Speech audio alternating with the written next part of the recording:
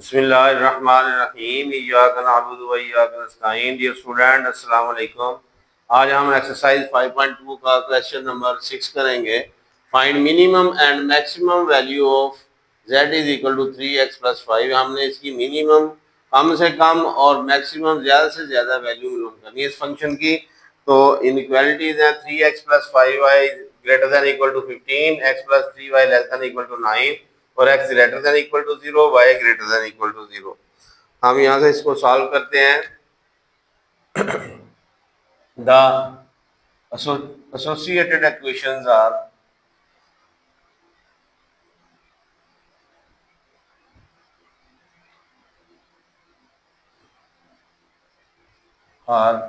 3x plus 5y equal to 15, equation number 1, x plus 3y is equal to 9, equation number 2। तो अब हमने इसमें बारी बारी इक्वेशन 1 के भी हमने 2 पॉइंट निकालने हैं और इसी तरह इक्वेशन 2 के भी हमने 2 पॉइंट निकालने हैं। तो पहले हम इक्वेशन 1 के निकालते हैं। Put x is equal to 0 put करेंगे इसमें। Put x is equal to 0 in equation 1। तो x 0 पुट करेंगे तो ये y की वैल्यू आ जाएगी, ये 0 हो जाएगा। x 5y equal to 15, 5 divide हो जाएगा और y की वैल्यू आ जाएगी 3। तो ये हमारा एक पॉइंट आ जाएगा ए, जिसको हम नाम देंगे 0, 3। अब दूसरा पॉइंट हमने y इक्वल टू 0 पुट करके निकालना है। Put y equal to 0 in equation 1।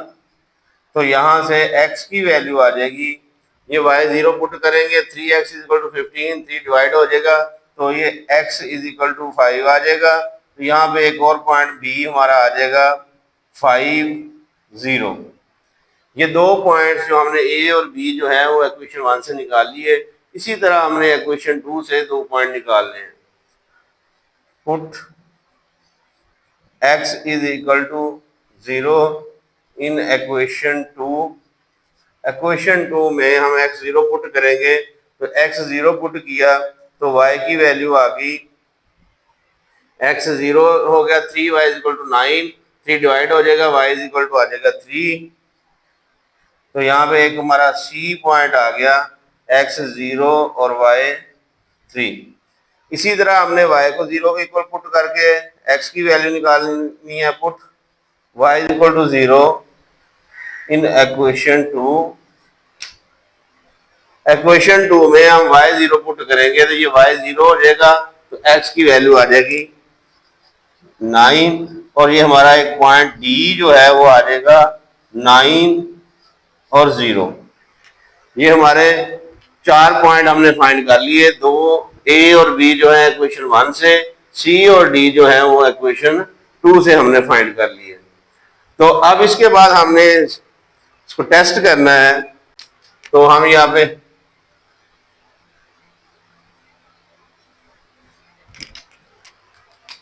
ये लिखेंगे inequality 3x plus 5y greater than equal to 15 और दूसरा है x plus 3y less than equal to 9। तो यहाँ पे हम जब टेस्ट करना है तो हमने x और y की वैल्यू जो है वो 0 पुट करनी है। ये 0 पुट करेंगे ये 0 हो जाएगी, ये 0 पुट करेंगे ये 0 हो जाएगी, ग्रेटर देन इक्वल टू 15, ये 0 ग्रेटर देन इक्वल टू 15। अब ये देखें 0, ये है 0 ग्रेटर देन इक्वल टू 15। 0 15 से बड़ा है लेकिन 0 पे छोटा होता है, इसलिए ये जो है ये होगी फॉल्स। उसके बाद इस इनइक्वालिटी में हम पुट करेंगे दोनों x भी 0, y भी 0, ये भी 0 हो गया, ये भी 0, लेस देन इक्वल टू 9, ये 0 लेस देन इक्वल टू 9। अब 0 जो है वो 9 से छोटा है, तो 0 छोटा होता है 9 से, तो ये ट्रू है। अब ये जो इक्वेशन फॉल्स हुई, इसमें क्या है, अगर इसका जो शेडेड एरिया है, जो फिजिबल रीजन है, वो बनेगा ओरिजिन से परे, दूर, और इस जो ट्रू है इसका शेडेड एरिया बनेगा ओरिजिन की तरफ। अब यहाँ पे हम इसको ग्राफ बनाते हैं।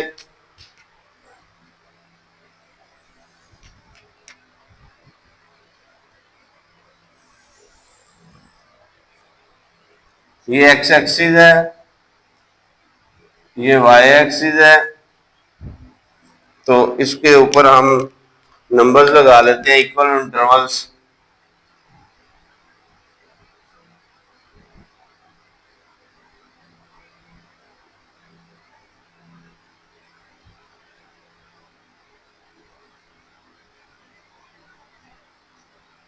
इस तरह वाई एक्सिस के ऊपर भी x y axis, negative y axis के ऊपर भी। तो ये हमने इसके ऊपर हमने इंटरवल, इक्वल इंटरवल के निशान लगा लिए। तो अब हम पहला पॉइंट जो ए है वो इस पे ड्रा करेंगे। ए पॉइंट है 0 3, x0 y3। x0 जो है वो y एक्सिस पे है और 3 जो है ये 1 2 और 3, यहाँ पे ये पॉइंट आएगा। ये ए पॉइंट जो है वो 0 और 3। दूसरा पॉइंट इक्वेशन 1 का जो है बी है वो है 5 0 x5 y0। x5 y0 जो है x एक्सिस पे है, तो x5 1 2 3 4 5, ये है x5 और y0, ये बी पॉइंट हमारा आ गया यहाँ पे। अब हमने क्या करना है, इन दोनों पॉइंट्स को मिलाते हुए हमने लाइन खींच देनी है। ये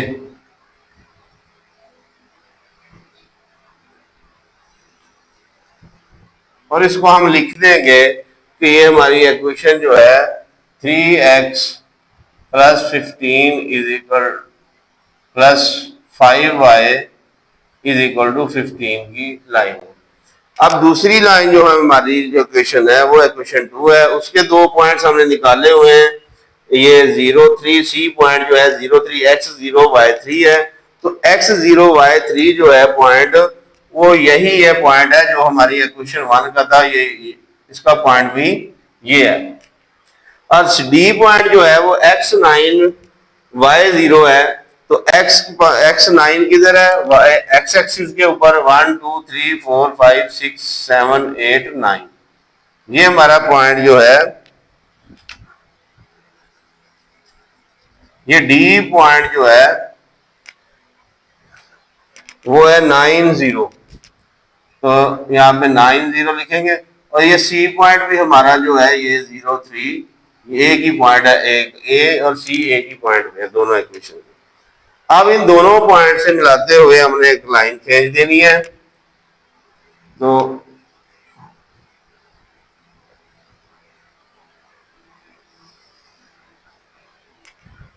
ये लाइन खींच दी।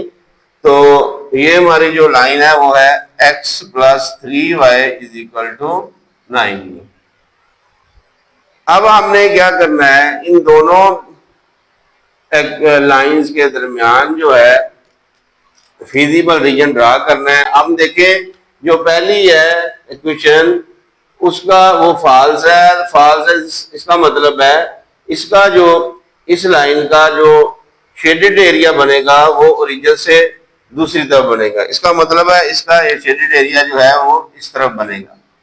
और दूसरी जो लाइन है वो क्योंकि ट्रू है तो ये वाली लाइन है, इसका शेडेड एरिया बनेगा ओरिजिन की तरफ, इस तरफ।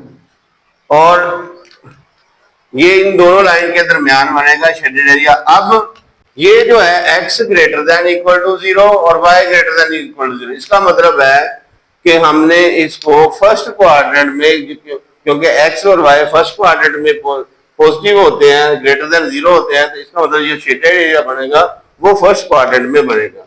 तो हम इस अब इन दोनों के दरमियान फर्स्ट क्वाड्रेंट में ये शेडेड एरिया हम इसको शेड कर देते हैं।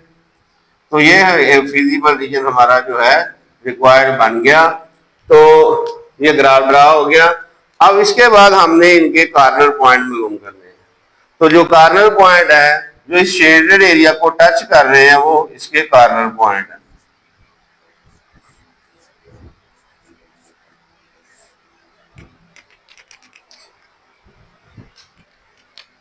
अब पहला एक का ये रीजन है 0 0, ये पॉइंट पहला कार्नर पॉइंट है ओरिजिन 0 0, दूसरा कार्नर पॉइंट है, ये जो पॉइंट ए भी है सी भी है, 0 3 एक ही पॉइंट है। और इसके बाद सॉरी, ये ओरिजिन नहीं है, इसमें ओरिजिन नहीं है, क्योंकि इसका शेडेड एरिया बना, ये ए पॉइंट है, बी और डी पॉइंट ये आएंगे। तो ए पॉइंट है, सी और पॉइंट ए एक ही है, तो ये हम एक ही लिख लेंगे 0 3। बी पॉइंट जो है वो है 5 0 और डी पॉइंट जो है वो है 9 0। ये तीन पॉइंट जो है ये इसके कॉर्नर पॉइंट है जो शेडेड एरिया को टच कर रहे हैं। तो अब हमने इनकी मैक्सिमम और मिनिमम वैल्यूज निकालनी है। तो यहाँ पे हम मैक्सिमम और मिनिमम वैल्यू निकालेंगे। वो कैसे निकालनी है? अब ये z जो फंक्शन दिया हुआ है, इसमें हमने ये कॉर्नर पॉइंट जो है हमने इसमें पुट करने हैं। z इज इक्वल टू, पहला कॉर्नर पॉइंट जो है वो 0 3 है, तो x की जगह पे 0 पुट करेंगे और y की जगह पे 3 पुट करेंगे, ये 0 हो जाएगा, प्लस 3 आ जाएगा। दूसरा कॉर्नर पॉइंट जो है वो 5 0 है, वो हमें इसमें पुट करेंगे 3 × 5 प्लस y 0 है, 0 3 5 15 प्लस 0 ये 15 आ जाएगा। उसके बाद डी पॉइंट जो है कॉर्नर पॉइंट वो x 9 है, y 0 है, तो इसको पुट करेंगे 3 × 9 प्लस 0 इज इक्वल टू ये 27 आ गया। अब इसमें हमने बताना है, ये हमारे जो कॉर्नर पॉइंट है हमने इनको पुट कर दिया हमने z वाले फंक्शन में, ये वैल्यू आ गई 3 15 और 27। हमने क्योंकि इसकी मिनिमम और मैक्सिमम वैल्यू बतानी है कि किस कॉर्नर पॉइंट पे इसकी मिनिमम वैल्यू आती है और किस कॉर्नर पॉइंट पे इसकी मैक्सिमम वैल्यू आती है। अब मिनिमम वैल्यू जो है वो यहाँ पे 3 है, जो ये कॉर्नर पॉइंट जो है वो 0 और 3 पे इसकी मिनिमम वैल्यू है और मैक्सिमम वैल्यू इसकी 9 और 0 पे है। तो अब हम लिखेंगे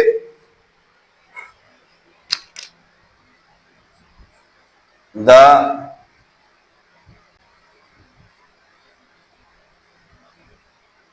minimum value of z is at corner point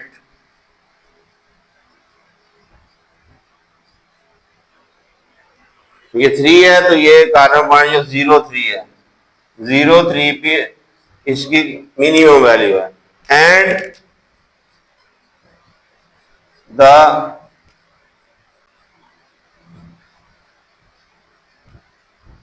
maximum value of z is at corner point